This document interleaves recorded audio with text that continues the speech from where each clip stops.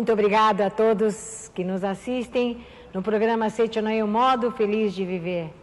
Hoje nós vamos estudar, junto com o professor Masaharu Taniguchi, através do seu livro A Chave da Beleza e da Saúde.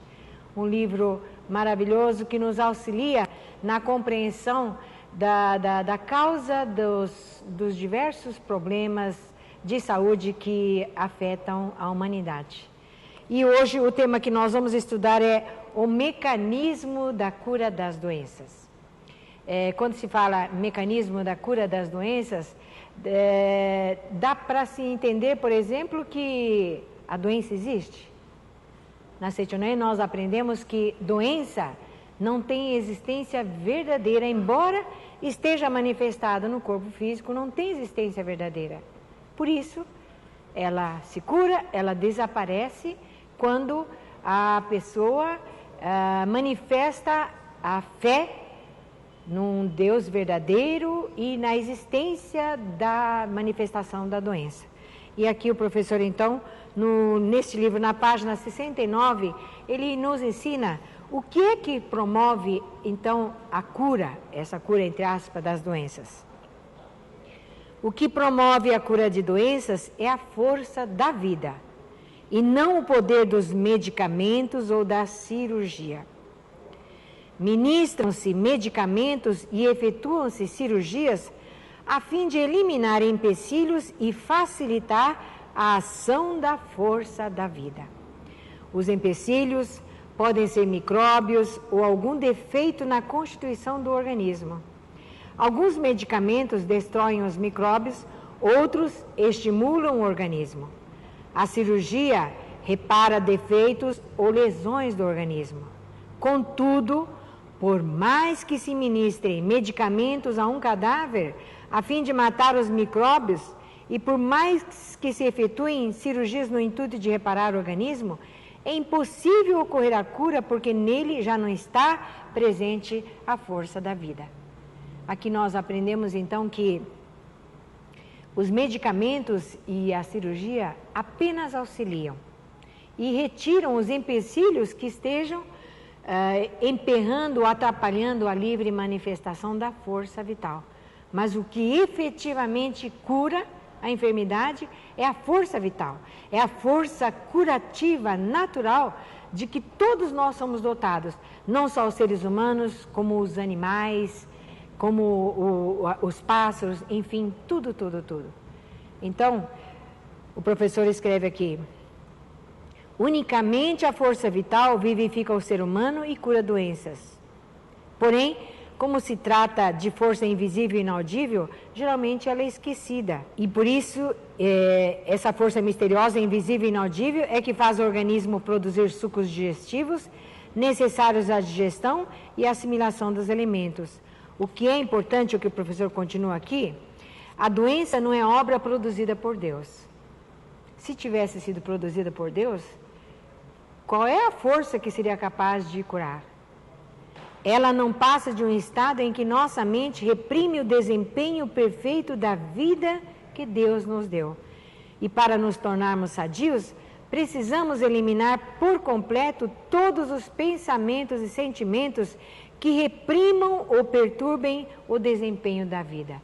Que tipos de sentimentos e pensamentos que reprimem o desempenho da vida?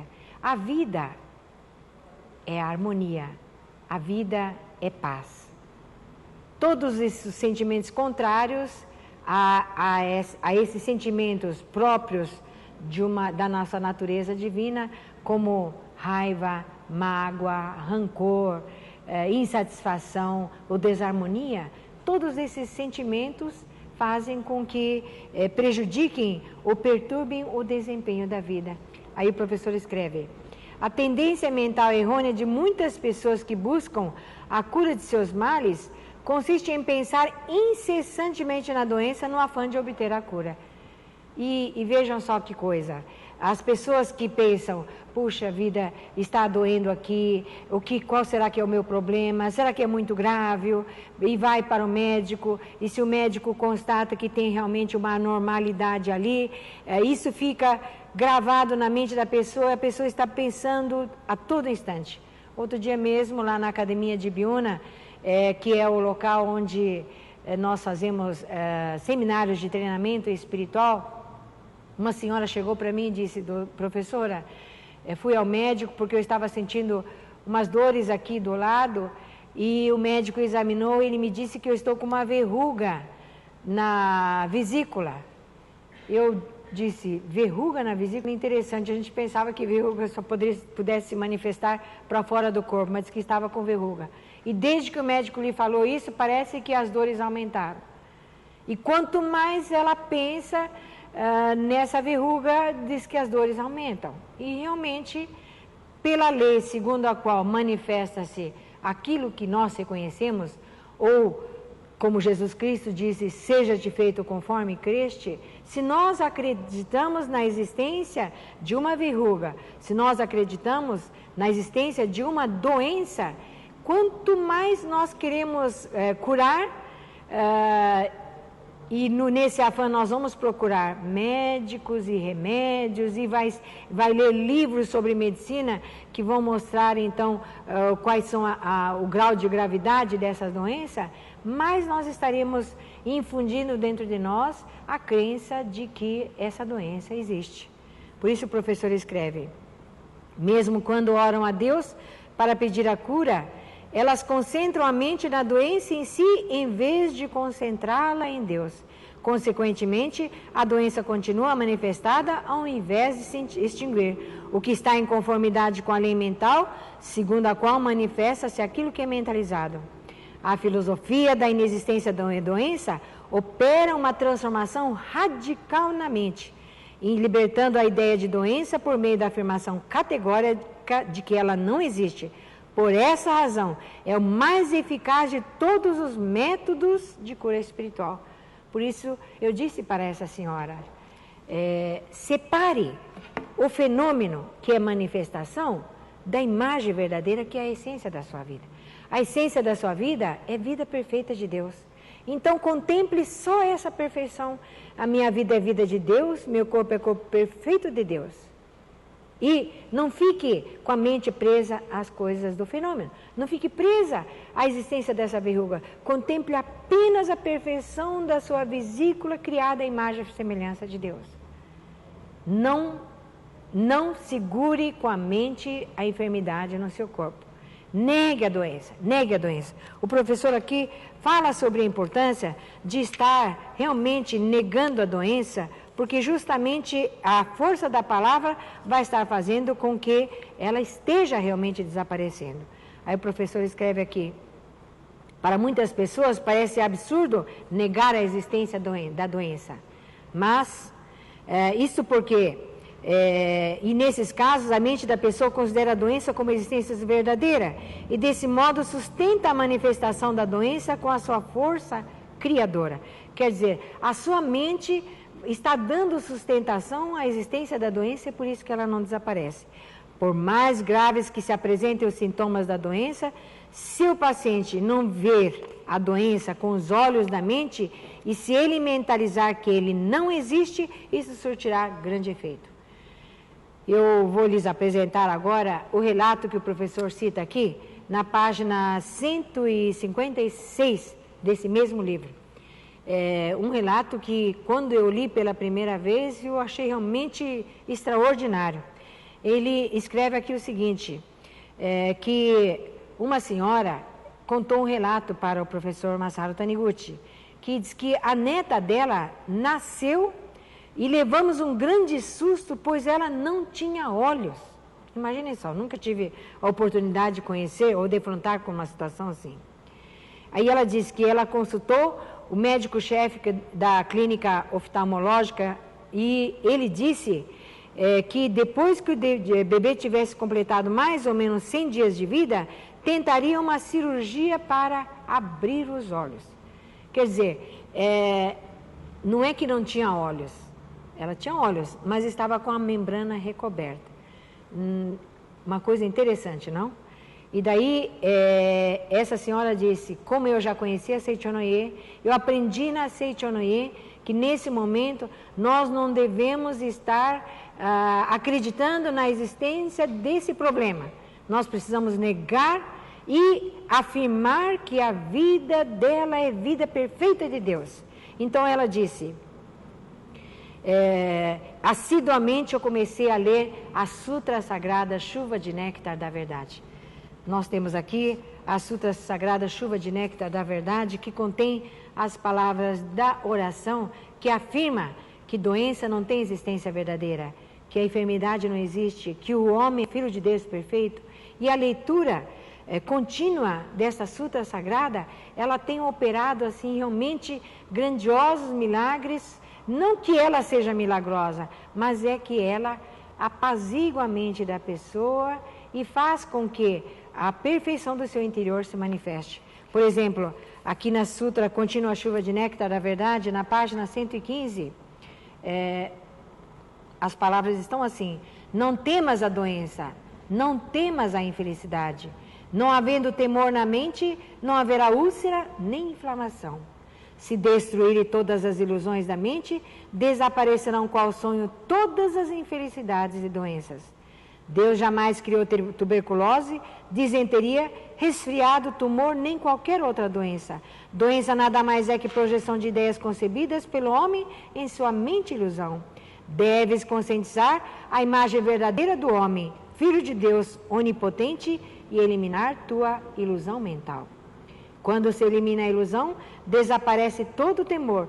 Consequentemente, desaparecem tumores, ulcerações e inflamações e se recupera a saúde. A leitura da Sutra Sagrada, ela promove justamente este apaziguamento da mente, tirando o temor, tirando a ansiedade. Isso faz, então, com que a mente retorne ao estado natural de filho de Deus. Aí o professor então escreve aqui na página 80 do nosso livro: portanto, para compreender verdadeiramente que a doença não existe, é preciso enfatizar na mente o ensinamento de que somente Deus é existência verdadeira. É preciso raciocinar assim: somente Deus, que é o bem, existe de verdade. Por essa razão, a doença, que é um mal, jamais pode existir de verdade. A doença, sendo um mal, não passa de uma ilusão, apesar de parecer que existe realmente. Então, como nós podemos ver, a conscientização fundamental que promove a cura da doença é ter a fé de que ela não é existência verdadeira e que Deus é bem. E Deus deseja unicamente a nossa felicidade. Nós recebemos a vida perfeita de Deus justamente para que nós possamos desfrutar de plena felicidade. Mas se nós abrigamos dentro de nós um sentimento que acaba sendo um empecilho para a livre manifestação da vida de Deus, aí é que surgem as doenças. Por isso basta então que nós voltemos a nossa mente ao estado natural de Filho de Deus. Aqui mesmo o professor cita o relato de uma jovem na página 84 do nosso livro, na página anterior aqui do nosso livro, o caso de uma jovem que durante 15 anos, desde a idade de 15 anos ela começou a menstruar, mas ela menstruava diariamente até a idade de 23 anos. E tentou diversos tratamentos, inclusive a injeção do hormônio da glândula pituitária, mas nenhum dos tratamentos surtiu efeito. E nessas condições, ela achou que não teria nem condições de se casar. E, portanto, buscava ansiosamente a cura. E certo dia, então, ela procurou o professor Masaharu Taniguchi para lhe pedir uma orientação. E o professor escreve: aconselhei-a no sentido de que passasse a nutrir sentimento de gratidão a todas as pessoas da sua família. Expliquei-lhe que o sentimento de gratidão equilibra os componentes do sangue e outras matérias líquidas do organismo. Alguns dias depois, ela disse que voltou para o mestre, mas ela disse que não estava curada. Aí o professor, depois de conversar com ela, ele escreve: percebi que a jovem, não obstante o aparente desejo de se casar, na verdade tinha um motivo que fazia o seu subconsciente não desejar o casamento. Ele apontou-lhe esse fato e deu-lhe o seguinte conselho: seu problema de menstruação contínua foi criado por seu subconsciente como um expediente para não precisar se casar. Algo lá no subconsciente deseja que você mantenha esse estado de estar menstruando diariamente para não poder se casar. Você precisa eliminar do subconsciente essa aversão ao casamento. O professor Masaharu Taniguchi, então, orientou-a minuciosamente sobre como estar eliminando esse sentimento de aversão em relação ao casamento. Poucos dias depois, ela retornou e informou ao professor Masaharu Taniguchi que ela estava curada e que antes ela não podia comer nada de ácido, que o fluxo sanguíneo aumentava bastante, mas que ela tinha comido uma maçã e não tinha tido problema nenhum. Nós podemos ver então que a cura ocorreu porque houve a mudança da mente que regulou a secreção hormonal da hipófise. Podemos ver então a importância de nós mantermos o estado mental em harmonia para que haja a cura de todas as doenças. Muito obrigada a todos então, desejo que todos estejam tendo a oportunidade de ler essa obra para que possam promover a cura das doenças. Muito obrigada. Certamente demos novo traçado ao nosso futuro assistindo ao programa Aceite ou Noie, o modo feliz de viver em harmonia com a natureza. Muito obrigado pela sua participação, viu? E até o nosso próximo encontro, com certeza. E olha, para finalizar, aponte por alguns instantes todo o seu ser na direção da origem de sua vida. Isso te fará com certeza muito bem. É o nosso momento de oração.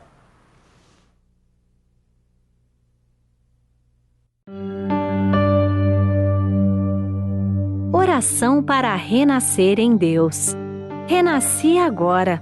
Renasci em Deus. Sou agora um filho de Deus perfeito. O velho eu se foi e nasceu o novo eu que é filho de Deus. A vida de Deus é a minha vida. Logo sou sempre saudável, forte, dinâmico e jamais acontece de eu adoecer, sentir cansaço ou envelhecer. Renasci agora. Renasci no amor de Deus. Por isso estou preenchido pelo amor de Deus. As antigas tristezas, as antigas mágoas, os antigos rancores e os antigos ódios ficaram no passado. Já não me entristeço, não me magoo, não me rancorizo nem odeio. Abençoo tudo e envio pensamentos de amor a todas as pessoas. Muito obrigada.